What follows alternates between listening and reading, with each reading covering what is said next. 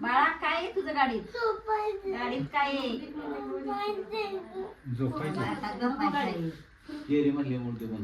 दोन वागल मधला एक हरवलाय शोधून शोधून जमलाय शोधायचं असेल झोपाली झोपाली गाडीत जायचंय झोपाली हे आता जायचंच आहे आपल्याला जेवल्या गाडीत अलाउड नाही झोपायला. लहान पोरांना आद्विक ऐकायचे का? त्या गाडीत कशी दांड एक केक काटलाय तर तेवढं